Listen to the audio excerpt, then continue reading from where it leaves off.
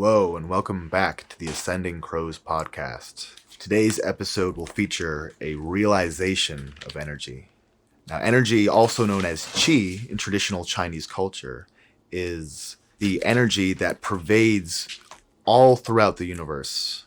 And in the practice of qigong, they recognize that there's three levels of this energy: energy in the human body, energy in the earth, and the energy of the heavens. The qi that most directly affects us is, of course, human qi. So that is the most studied form of energy in traditional Chinese qigong. And so this exercise is really more of a body scanning, but using the focal point of friction and vibrating energy to connect you to your body and to allow you to understand this subtle energetic current that is constantly flowing through us and through the entire universe. So I hope you enjoy the practice. I invite you to just keep an open mind and open your heart and clear your mind. Ascending Crows Podcast.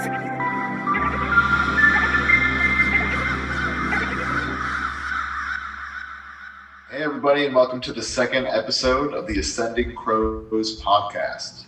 I'm Sam Orlowski, and today we are going over a form of meditation that comes from the practice of qigong. Just to give you a brief overview, qigong is a system of practice, belief, and energy work that comes from China. It has many definitions, but the definition that most of us use it's a practice of manipulating the energy in our body. So today we're going to do a awakening to qi exercise that is really, I understand not, having trouble with the concept of qi scientifically. It's very understandable. If you have those skepticisms, I invite you to just imagine that you are developing a deeper connection to your body, and to really just open your mind and let your, not imagination, but let your intuition guide you through this practice. So let's start by taking a comfortable seat. As I recommended before, you should be sitting on a cushion or a chair to make your spine upright. If you're sitting on a cushion, take the Burmese position. If you're sitting on a chair, just make sure your feet are touching the ground. There are other videos on posture, so if you're unfamiliar about posture, I urge you to refer back to our earlier videos. So after you've taken your seat, let's place our hands on our knees with our palms facing up, allowing your fingers to naturally curl at probably about 90 degrees.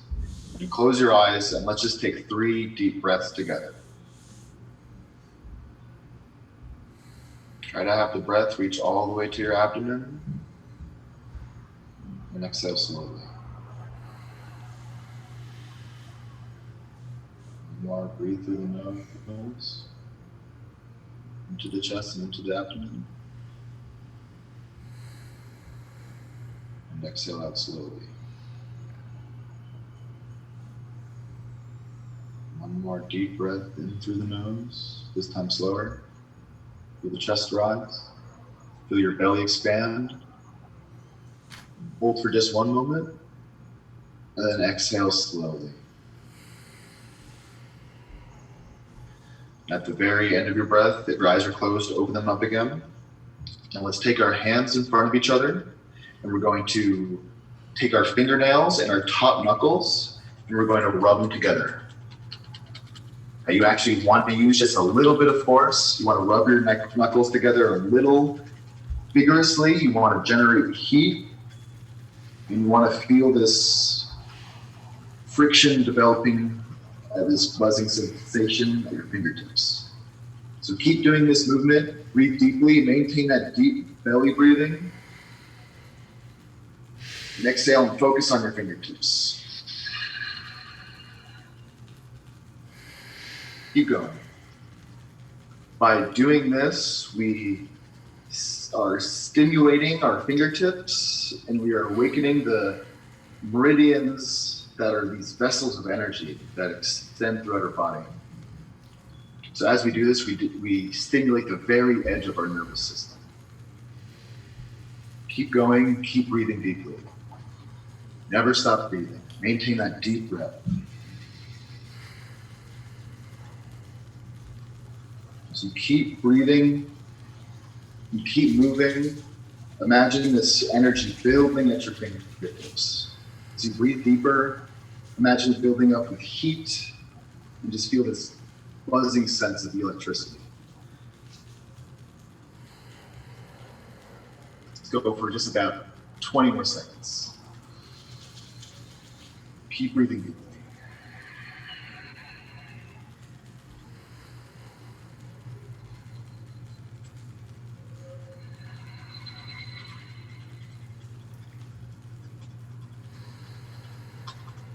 You should be able to hear the noise of your fingernails and knuckles grating against each other. If it starts to hurt, just go a little bit softer. Okay, now, let's place our hands back where they were before and start to breathe deep into that sensation. Close your eyes and breathe deeply into your hands. Feel that alive sensation of electricity and energy buzzing at your fingertips. And as you breathe deeper into the sensation, imagine that energy is drawing up your arms. View that energy in the form of light. Visualize it and pull it up your arms. With each inhale, the energy travels farther up the arm. Little by little, draw the energy up the arms and allow it to pour into your heart. Begin to breathe deeply into your heart.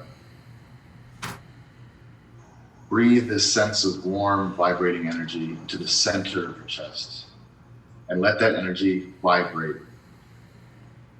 from that center throughout your entire body. Just like the sun, the heart shines in all directions, illuminating the darkest parts of the body. So allow your heart to become this source of light and energy that just sends waves throughout your body. Feel it travel in all directions. Feel that energy shine throughout the front of your chest, shining out of your heart. Let the energy shine throughout the back, relaxing your back muscles.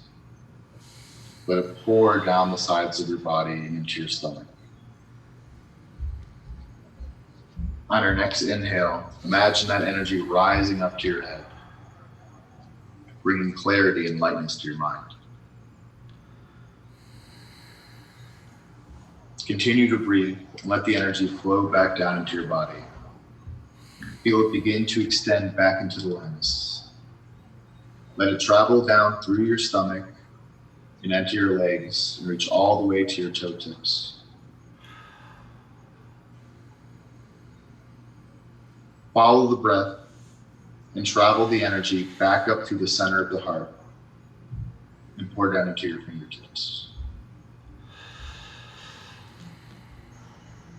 Do this until you feel that the energy has made a connection to every point in your body. And allow yourself to breathe naturally.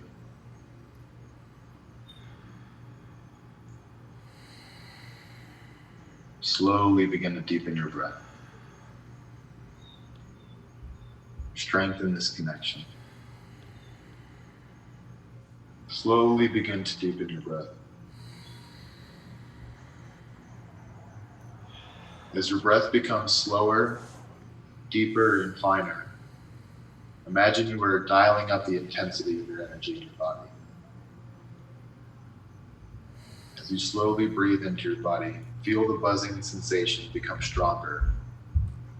And imagine a bright light shining throughout your entire body. Let this sense of light and vibration build in your body to the point where it goes past your skin. Feel this connection throughout the entire body. Keep focusing on deepening your breath and deepening this sense of awareness.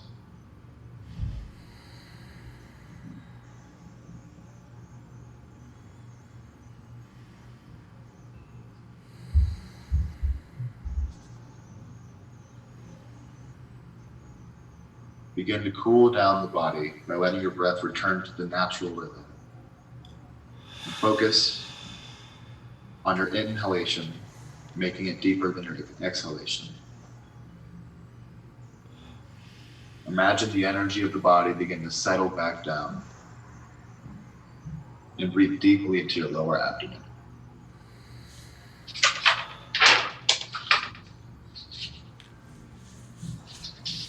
Breathe like this for at least 3 minutes. When you are ready, slowly open your eyes. Make small movements and lightly stretch before standing.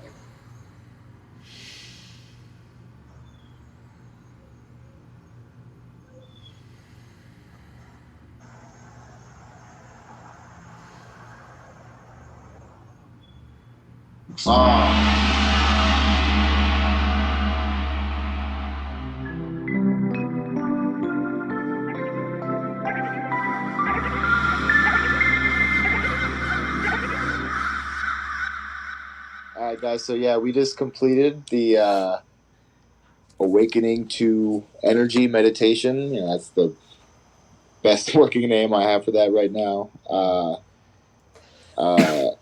That's something that I have heard from that I originally practiced from other DIY videos, along with this a personal studying of qigong meditation.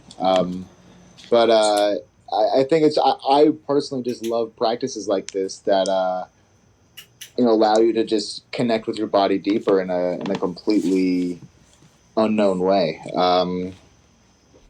Yeah, dude. How was your experience?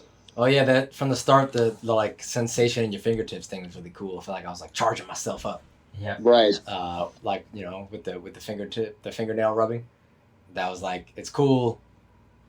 Like the way the meditations in general make you feel energy in like a different kind of way. You know what I mean? Like a scientist could explain what happened there. It's like, yeah, you rub friction between, and this. I mean, but that kind of really is the focal point first. I mean, right. Like I didn't want to say friction in the video exactly, because I think that gives almost, it can possibly be a negative image to some people. So I avoided saying that in the practice. But that's what it is. You use friction as a focal point to sense, and then at the same time you're also igniting these actual points in the body, these receptors for energy. So the combination of both of that leads to a connection. Yeah, I'm just saying like that's what I mean though, about like how meditations make you think about energy differently, where I'm like, maybe it's not just like it's friction and that's the only way to explain it.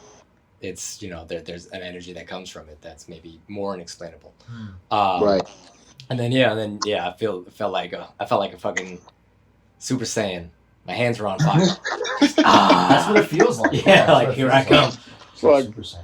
Exactly. Like I was ready after that, and then it gets you like more focused. In fact, it's your fingertips, because that's like elongated from your head, so it's like you feel it. Do you mean the culmination? The culmination of the exercise made you feel like a Super Saiyan when I told you, say to dial it up? No, more so like at that particular time when like you've just been doing the fingernail rubbing for so long, and like you get all the juices from that, and then especially when you say put the hands back where they were, and then you're sitting there like right. That's when like literally I feel like I have fire in my hands. Right. It's the fire flame splitter. Yeah. Yeah, dog. Yeah. I mean, it really causes this is the first experience that I had. I had practiced zazen a decent amount before I discovered qigong. So I was very open to the concept of energy, but still, was bordering on the degree of what my personal experience was. But this sort of practice really does not just it shocks your body literally, but it shocks you mentally, perceptually. You're like, holy shit, wow, I didn't know this was a thing. And it really believes too good to be true at first, and then you're just like, oh no, it just completely opens your perception. Yeah, very much. Yeah, it's interesting how it does that. I don't know, just meditations in general, but yeah, this one I liked it. Seems like it was a very, it started off hot. That kind of a meditation. It started off hot with just like that energy ignition motion, and then it's pretty. And then it was pretty straightforward from there. Right. Style wise. Stylistically. Yeah. Let's say you, Joseph. Well, like I was telling these guys during the break, my experience was very interesting. So, first of all, when I was in high school, about a little over 10 years, gosh, I guess it's like 13 years ago now. But anyways, I was playing football, and suffice to say, if you guys remember TJ, right, big boy, right? Oh God, he tackled me. He tackled me in tackle. And it's called a green branch fracture, which means that effectively it looks like a branch if you cut like a green tree, right? And there's like those sort of, you break it, but it's so moist that there's like kind of splinters in it, right? That visually, that's what happened to my arm. So suffice to say, so I had to get plates put in them, have the bone fuse, get the plates taken out, and have the holes from the bones fused back in, because otherwise my arm would have just healed like a mesh of like one single bone. It would fuse into like a single bone, right? So that wouldn't have been good. So you still have a plate in your arm? No, I got the plates taken out a few years after that. I think about 3 or 4 years after that. It was still in high school, so it would have been 2 years after. And so I get the plates taken out, and then I just have to sort of take it easy on my arm, let the scars close up, and then take it easy on putting weight on my arm so that the calcium could refill where the holes were, right back in. It's actually really kind of an amazing process, and it's it is that and so but in terms of this practice, so this practice involves, as I understand it, opening up your heart. Right. And one of the things that becomes a conduit of opening up the circulation in your arms as well. Absolutely. Now I have noticed, especially more so since doing Kundo, that there's been, I think it's exaggerated the tightness in my hand. It's made it even tighter. And I've already had, I've lost circulation in my right arm since after the surgeries, the 2 surgeries, right? So like my arm works for all intents and purposes well, but there's still like a numb, like there's like a numb like, if you feel like your hand falls asleep, I feel like that all the time on like the back of my right hand, like my right, because of the way your arm healed, right? Correct. Yes. Yeah. So there's like a bit of there's a loss of some kind of neurological connection. I don't know the particulars. Oh, wow.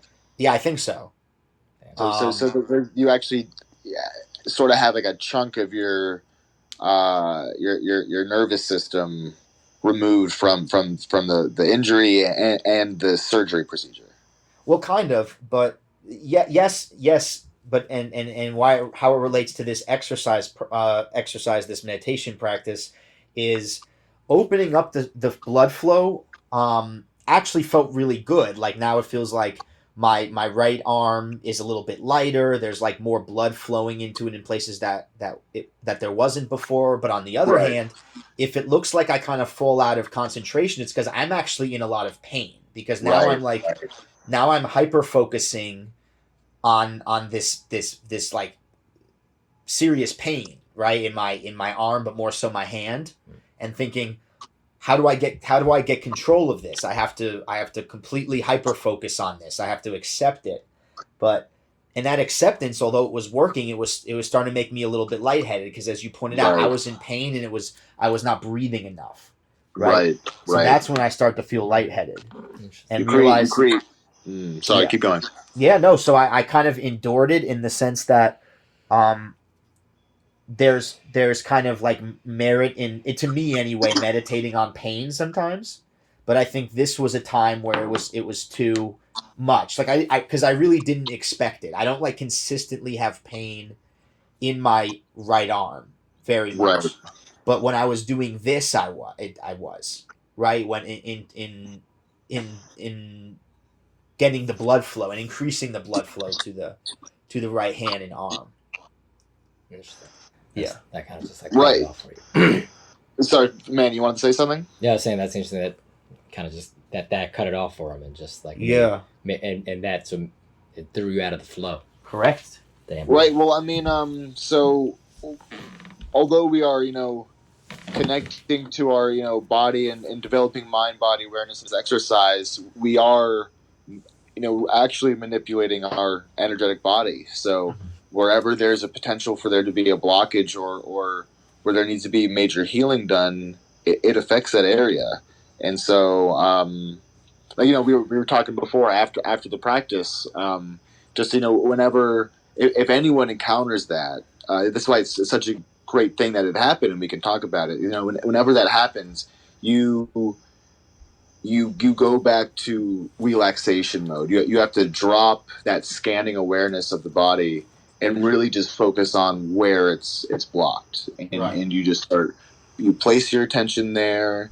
You start breathing there. Just connect your breath to where there feels pain, and I'm sure it will still hurt. It will still hurt, but over time you'll be able to breathe into it, and who knows if you'll bring real healing there. Right. I think you do, but at the very minimal, you'll be able to learn how to cope with that pain, and then you'll be able to continue the practice eventually.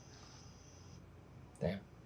And just to clarify, when Joe said kumdo, he's talking about a Korean martial art that is based on, well, I'm not going to say based on, it is adjacent to the more popular kendo, which is just a fencing martial art. It's very, very good for the body. It's not like most other martial arts. It really doesn't require you to push the body's limits. You're able to work with its limits, but still, it's very healing. So I can understand how that is adjacent to your experience just now, Joe. Right. Interesting. Yeah. Yeah. That's the physical thing. But that's kind of part of meditation, right? It's like helping you to Absolutely deal with something that's Yes. painful and annoying. So that's like ironic that I was That's the feeling it in essence my of shoulder meditation. as well, the pain, because I have like a lot of tightness in my shoulder, Oh, yeah. because I messed my shoulders up like benching in college, which was stupid, but I still feel like the residuals of that. That's why like this, like myofascial release, right? Like just putting pressure on it. That's I love that. It's like my favorite exercise to do now. Yeah. Yeah, I really like what you just said there, Manny, about how what Joe just went through in this specific meditation experience mirrors meditation experience in general. It is Right. painful to meditate, Right. but Yeah. but you sit there and do it anyways. Because You you want sit there and learn how to breathe through that. Because you want it And to be that's- less painful. Say it again. Because you want it to be less painful. Is that a Right. kind of asceticism, or is that too extreme of a term to use? No, I mean, Like meditating on pain. so I mean that's a really certain part of asceticism, and what we're talking about is not like that. Right. What you're referring to is more of it's actually not asceticism. It's a shamanic practice. Shamanic. Which, Okay. And can you it get into more refers detail to about a what that is? specific.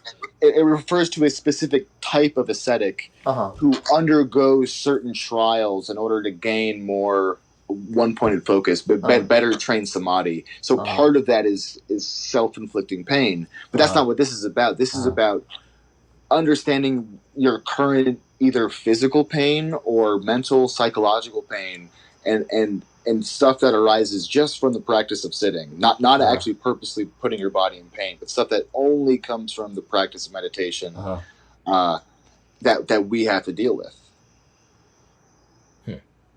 So it definitely has elements of that, but they're not quite. I would say they're not quite always in the same ballpark. Asceticism to me seems more just about a renunciation. not necessarily self-mortification. Well, is it safe to say that it also has a healing component and like concentrating on, like for example, me concentrating Which on my aspect? pain. Being a Shramana or being an ascetic? Being a Shamana, I guess. So the one it has self-inflicting pain? Oh no, sorry, no, not that one. Yeah. Yeah. I mean, of course, that's the basis of the practice, is to bring healing, not necessarily on a physical level. It does that, but you start by doing it on a like a mental base level, right? And then you can start to actually heal your physical body when you stay dedicated to this practice. I mean, you practice a lot of self-healing meditation, Joe. So you definitely know this concept well. Right. Yeah. Right. But it was kind of interesting that this was the first time where I actually felt like the pain was too intense. That was new for me. Right. Because it's you have to. This is like awareness, right? Yeah. So we become aware of the pain, and then that's when we have to bring the healing energy towards the pain. Right. It's the whole process about healing. That's like how we were saying on the last one. How just sitting there in that position, and like your hips very much might hurt, but you might be like, do they even hurt, or is that just like an obstacle to get over? That's really just actually going to make you stronger at the end. Bang, bang. Bang, bang. Biang, biang. Chicken ass. Absolutely. Why don't you say a little bit more about that? That was a really good point. Yeah, just like, because I mean, there's like always a fine line between what's gonna, that don't kill me can only make me stronger. Of course, yeah, the Kanye shout reference. out, but like, how to shout good out. Song. Yeah, good song too. But like, yeah, like it's kind of like up for people to figure out, and you kind of. And I just think meditation is one of those things, because it's like, even just the general principle of it, like how we're saying, like just trying to be still with yourself, with your thoughts. That's painful for people. Right. So there's a lot of aspects of it where it's like, you have to like try to pull yourself through that in order to then, once you're on the other side of the mountain, they play clear. off each other. Yeah. Right, because once you get used to just sitting with your thoughts, then it's like, oh yeah, my hips kind of hurt, but yeah, that's not as shitty as that's not as shitty as that. Right. Something like that. I don't know, and maybe it's like a revealer of like the body stuff to you, like whatever's going on with your body. Because like with Joe, his arm usually messes with him, and then it kind of broke his concentration this time around. Right. And then on the flip side, so I hadn't seen that before. That was kind of surprising. Right. But so it kind of like, I guess it kind of reveals to you anything that's going on with your body, and like it'll reflect what's going on, like how, what kind of status your body is in as well. Yeah. Like on the flip side, I went on a 6.5 mile run today. Holler, shout out to Prospect Park. Shots out. So I'm feeling great. Prospect. Yeah, that absolutely. I've done it before, doing meditation after running in particular. Working out in general, but running in particular, it's like, because you're so tired anyway, and you kind of just breathe into the tiredness and kind of breathe into just it. sit there. And well, you have to rely on your breathing for running, right? If you want to run 6 miles, you got to breathe correctly. Exactly. Oh yeah. A lot of the same concepts I use when I'm doing it. In fact, it's interesting. I've been running with a bandana on my face, not a full Santana bandana. That's good. Everyone should be. Yeah, of course. A full mask. It's a little. May's trying out for the Knicks. Yeah, right. It is blue. It's a blue colored mask. This one right here. And I always feel like I'm like, does it look like I'm repping gang colors right now? I think gangs have restricted all gang colors for the time, for indefinitely. Right. Yeah. For crisis mode. Right. It said it don't be in the. They become the mainstream. Yeah, they want it though. You'll be on the news. You'll see the newscaster like, it appears that the Crips and the Bloods have suspended all color restrictions for the indefinite time period. Right. A spokesperson, like grandma, of course, right, with like the Crip. With the Crips scarf, because it's still a nice scarf. Exactly. A spokesperson has said, it's like a nice doesn't matter if you rep Crip, rep Blood, just protect yourself, cuz. Like, thanks. Back to you, Bill. But anyway, yes, I've been doing with the bandana. Yeah. It's a little easier to breathe, but it's a low risk environment as well, so I'm all right. Low risk. But and so with the bandana, because people sometimes have asked me, in general, whenever people are like, "Oh my god, like how do you like do XYZ with a mask?" Oh my god, are you Joel Santana? There's that. But when people are like, "Oh my god, how do you do whatever with the mask on?" And especially running, my gut reaction is like, just don't be a bitch. I'll come at them for a quick second, but I'll actually see it when it comes to breathing, just breathing exercises like meditation is. When I'm running with a bandana on, I see it as like I'm strengthening my lungs to just like be 100%. better. You know, like I want to come out of this whole thing like breathing hot fire. You know what I mean? Like dialogue. You can still breathe and work out with a mask on. Yes. When you start doing it, because Joe and I, the dojo has been back open for about a month and a half now, about a month and a week, a little over that, and we've been having to wear masks the entire time. And it was just a couple weeks ago that we just put on armor for the first time, and you're legally allowed to. That's right? a big mask, and even underneath Heavy the armor, mask. we have the mask on. Oh yeah, play no games. So it was sucked at first, and literally every time you would breathe in, it felt like a vortex was being, or not a vortex, but just like a perfect. Someone was wrapping saran wrap around her mouth or something every time you tried to breathe in, because the mask would get wet and it would just form this perfect film. It sucked. Yeah, it gets disgusting on the mouth. Eventually, you learn how to breathe finely. You learn how to breathe smoothly. You adapt. And it doesn't affect it as much. And it's still not great, right? But it's doable. And so people need to have that in mind when they want to have all these excuses and all this rhetoric for not wearing masks, but it's like, no, you 100% can. Sorry, I sort of went on a tangent on that, but I wanted to go back to the way you said it trains your breathing, because that is so key to all meditation, right? Yeah. We're just doing go birds over here. Go birds. Go birds. It was distracting. Like we were listening, but that was like a silly outtake. No. I'm not gonna lie. I got you. It was funny. One of my mentors used to tell me to make your breathing like threading like putting a thread through a needle. It's a very fine thing that you do. When you pull it, it sort of has a rhythm, and it goes in very easily. So you want to treat your breath like you're threading a needle. Right. And to me, that was the reference point that I had that made me realize, like, holy crap, you can just control of your breath does so much. You know what? I think you might find this interesting. Threading the needle is also an analogy from mostly from football, I would say. Right? Because like the quarterback is supposed to thread the needle, right? Like to create, like because defenses, right? Because defenses are so like sophisticated, right? And like well disciplined at the professional level, that you have to you shouldn't be banking on more than like a 1 second opening. It's just like a real quick like just deep ball, grab it and run. So the quarterback's supposed to thread the needle. They're supposed to like bring as much pressure as possible. And then over top, once there's like an advantage on a late receiver, they try to get open for a sec, grab it, get ahead of steam, and just touchdown. Yeah, that's Vince Lombardi. Yeah, Vince Lombardi. I don't know if that. I don't even. That's a good analogy, but I think it's interesting. Yeah. I think it's a really good analogy, and I think it's 100% relevant. Yeah. Almost all top athletes, no matter what spectrum of sports you come from, when you get up there, everyone knows breath is so important, especially for focus. So when I'm sure these quarterbacks have just an immense level of focus that, whether consciously or subconsciously, affects breathing patterns. Yeah. Because they train you with that, with any kind of breathing in whatever sport.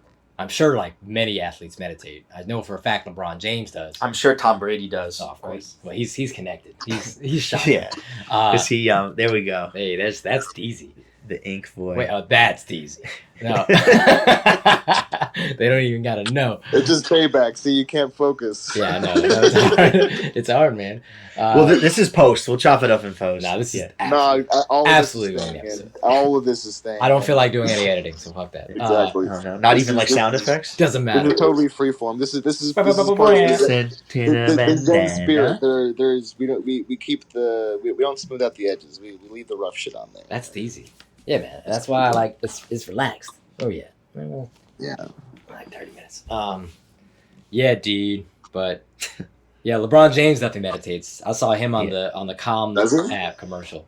He might be weightless now. I'm not Does he sure. I don't know if meditate, he's or reached that is he level very of aware of his enlightenment. breath during his exercise? I think he full on. I mean, at least he was on the commercial. I mean, at least they paid him chicken to meditate. He was on the commercial, like He was floating, I meditate. bro. Yeah, he's floating. Okay. You know, well, they said He LeBron- mastered weightlessness. But I yeah. could see it. Like I thought LeBron you were is talking very. about reality. He's focused. I didn't realize we were talking about a good. No, for real. Like I think he does. All the definitely. athletes. What were they saying in the Jordan documentary? They said in the Jordan documentary that like about how in the moment he was. You know, like before Right. an important game, he would be like when he was jamming to that whatever song, Mhm. and he was just having a good time. And they're like, "You're not worried about the game at all?" He's like, "No, that's later." Uh-huh. You know. And he said a really cool quote. He said, "Why would I ever be stressed about making a shot that I haven't taken yet?" Mhm. And I was like, "That man meditates." Like 100% that like he achieved those same mind focusing and mind expanding things by playing basketball. That's how amazing at basketball he was. Yeah. But it's certainly possible to reach that level of. I mean, I'd argue that you wouldn't be able to have a full meditative experience in constant motion, but through repetition Mhm. for years and years Oh yeah, of of course. being an amazing basketball player, that creates your mind and it puts your mind in a certain way Uh-huh. that allows to have that sort of mental freedom, right? Yeah. So whether or not he was a meditation practitioner or not, there are people who can bring that aspect into anything. Yeah, of course. I'm saying like I think definitely meditation would help a lot of athletes. So I'm sure a lot of them do it. Oh, 100%. I And- think it should be And probably helps taught them with Yeah. the across meditation, the physical- athletics. Well, I think athletes are like professional athletes, especially like prodigious ones, Venus Williams, Tom Brady, Djokovic. Some of these timeless people. I think they participate in their own kind of meditation. Right. It's like an extremely deep mindfulness, but it usually comes from their sport. yeah. I would say. Yeah, Right. They kind of balance each other. Yeah. Because the athletic, maybe you can think of sports as a form of meditation. I think Kobe is somebody who has like Oh, yeah. that's what I think the Mamba mentality is. There's an element of Zen to it. I Yeah. think an element of hyper focus And Phil Jackson, the that GOAT. he participates in. Phil, Yeah, Phil did Jackson. mad meditation. Yeah, He brought that. That's why the Bulls are so successful. I like to think Popovich did, but it doesn't seem like his style. I think he's Nah, too he much meditated. like No, I think he meditated. he might be. I don't know. A lot of people So- meditate. You don't even know. Sorry. A lot of people, I bro. didn't mean to cut you guys off. No, that was it pretty much. I don't know. Yeah. So I mean, what you guys to me seem to be talking about is what's known as in like kung fu, the spectrum of internal and external sport, whereas everything it's on the spectrum, right? So even the hardest external sport has the elements of internal, right? You have the inverse of that. In meditation would be all the way at the internal side, right?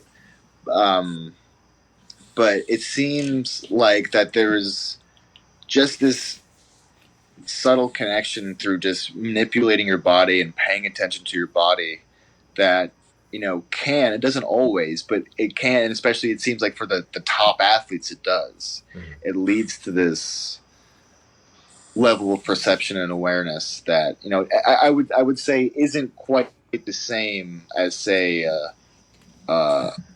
someone who's dedicated an entire lifetime to zazen, but it certainly gets to that realm. I like that topic generally, like the intersection of sports and Right. I think flow. I like the term flow. If you're Yeah. familiar with the concept, Yeah. It's called the flow state, right? the flow state. Yeah, it's Yeah. flow state. In my experience, is a very crucial aspect of mindfulness. Right. Like feeling such a complete joy in doing something that I'm like hyper focused. I'm not putting any effort towards.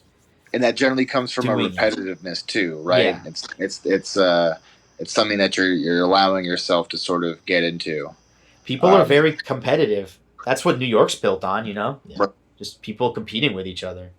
And so that's really that's the essence of the Yeah. posture of meditation, right? That's the one part of the other side of the spectrum that meditation has. It's focused on the posture.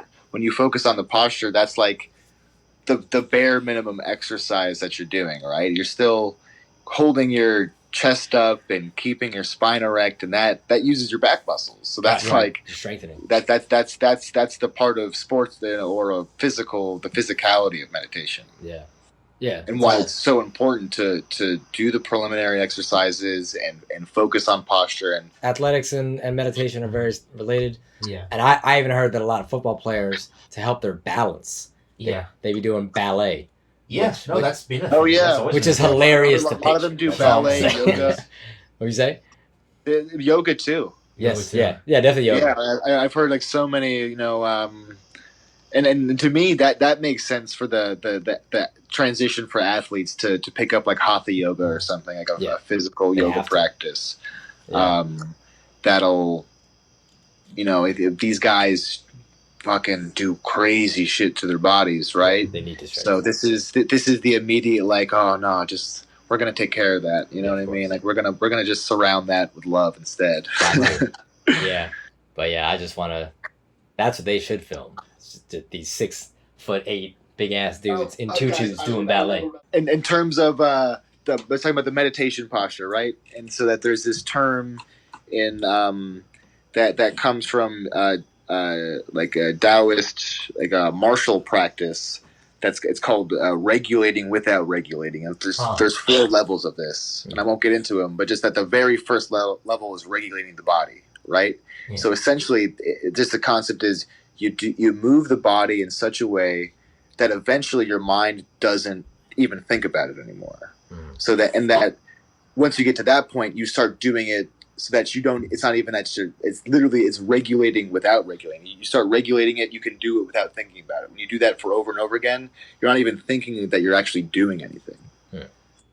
So that's these athletes get to that level, but playing basketball. Yeah. That's amazing. Like it's not even like it's almost like they're just letting. I mean, of course, their body's taking the toll, and it takes all this energy out of their body. But it's like they're just letting their spirit move their body around, right? Yeah. They're not even. They're just reacting to whatever instincts they have. At least for people like Michael Jordan. Yeah. The people LeBron have trained at it their whole life, and it's just like I remember it was funny day with James being at a Knicks game, and there was a point in the beginning of the game we were like up close. So we were close enough to tell, and I think like we realized like they're playing this game and like not saying one word. They don't have to talk because it's just like they just know exactly where to go. They're just in sync. They're so well organized, right? Like, and just like seeing, they know there, and then it's with That's the ball like a moving. psychic connection. Right? Yes, it's very like that's what I mean about like maybe sports is a form of meditation is just higher being. That's why Dude, the highest in the room. That's shit, what I'm you talking just about. opened my mind. Floating. Dude, I never thanks Yeah. for saying that, because sometimes when you do yoga and meditation, you start to view all Western things as bad, right? Yeah. And it's just like that is a way to cut down that ego. Yeah. Because these guys fucking do that. I mean, and say this jokingly, but they are completely. That's a psychic connection. They are talking. They that's wow. I just can't. I'm sure ball players they talk. Yeah. They talk when they need to, but that was just a moment. Like we watched the first few minutes of the game. I think everyone, especially maybe getting into the rhythm, but that's just them. Even if there's just one. That's a mindfulness thing.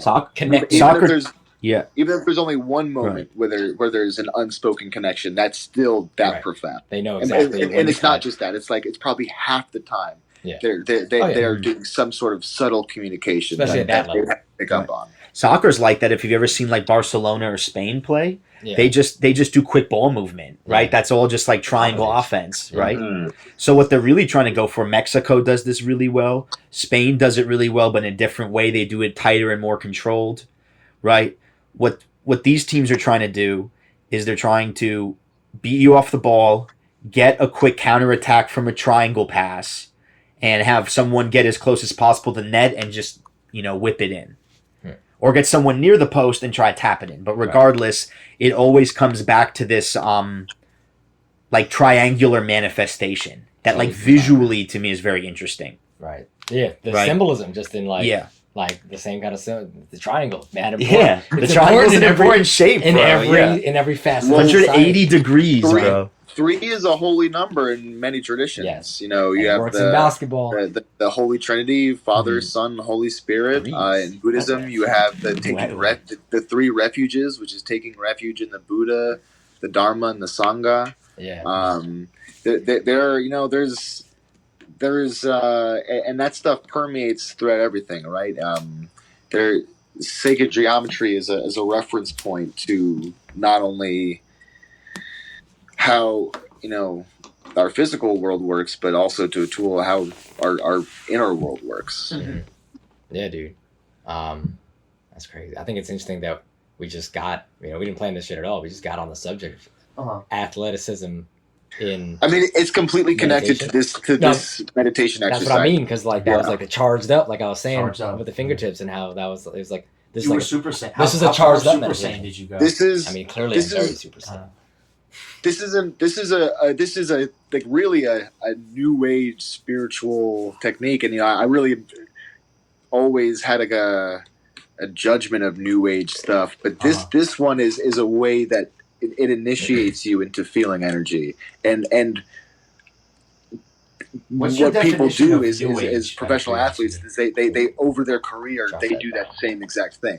Yeah. With their physical body, right? They open up their energetic body just through their practice. You know, it normally takes a very long time, but certain practices like this is what science is. You know, you make a new development and you apply it. You have a theory, you apply it. So people are trying to theoretically. I mean, if this isn't new, this has obviously been around for thousands and thousands of years. It's just the nature of humanity, but it just. It's another way to get to that same point. Yeah. Mm-hmm. Damn. Yeah, man, it just always pops up. I just think maybe I just think we got a little charged up. Mm-hmm. And we were talking about watching the game before. Right. There's a game on now. I don't know. But yeah, man. That's not a sign. I don't know what is. Everything. Well, I mean, Yeah. We're gonna watch basketball differently tonight. That's Right? for sure. Yeah. I'm gonna watch. See how much talking they're doing. See just how watch the triangles. There's triangles everywhere. Right. And Triangles everywhere. Got to watch out. and Triangle offense. there's always the triangle offense. Dunking is a form of weightlessness. Right. You know what I mean? True. You Dunking is a form drop of the weight in. weightlessness. True. Yeah. and just all the ups involved. Yep. You just gotta. All the You just gotta float. There's 3 points of the jump. There's the initial jump off. Right. There's the apex, and then there's the landing. 3. Bang bang. So watch out. Always numbers. And, All these numbers, dude. You gotta watch out. There we is go like see a how kind of- how tuned in these guys are. there is a kind of sacred geometry to elements of physics, I think. Oh, very much. Right, depending on your definition. Yeah. There's definitely been like a lot of overlaps, and it's actually pretty cool. So 108 is a really important number in Buddhism and Hinduism. It just Interesting. basically in Indian. Ancient Indian, I can't formulate it right, but it's a very sacred number. Uh-huh. And the 108th element, which is a radioactive element, it is radioactive, so it's unstable in that regard, but it has the most balanced unstable activity. Mm-hmm. Which I think is weird. Like, I mean, that's not like an actual thing. This is a connection that I am completely drawing on my own. But I just think it's cool that I'm totally misquoting this as well. But there was something to do with the way of its half life and decay and the way it outputs energy that is like really balanced. And I just think it's cool that it's also the 108th element. So, and it's not something that we've necessarily found in nature yet. You know, it's us trying to fill in the periodic table because we synthesize and create a lot of these elements to try to bridge the gap in neutrons and electrons and protons, which measures out an atomic weight, which measures out the table. So it's just cool that 108 is the most balanced one. You know what I mean? Like that to me is something. Yeah.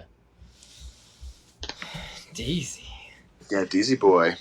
This was a great conversation. I really liked what you said about sports, man. You could really change my perspective a lot. Yeah, dude.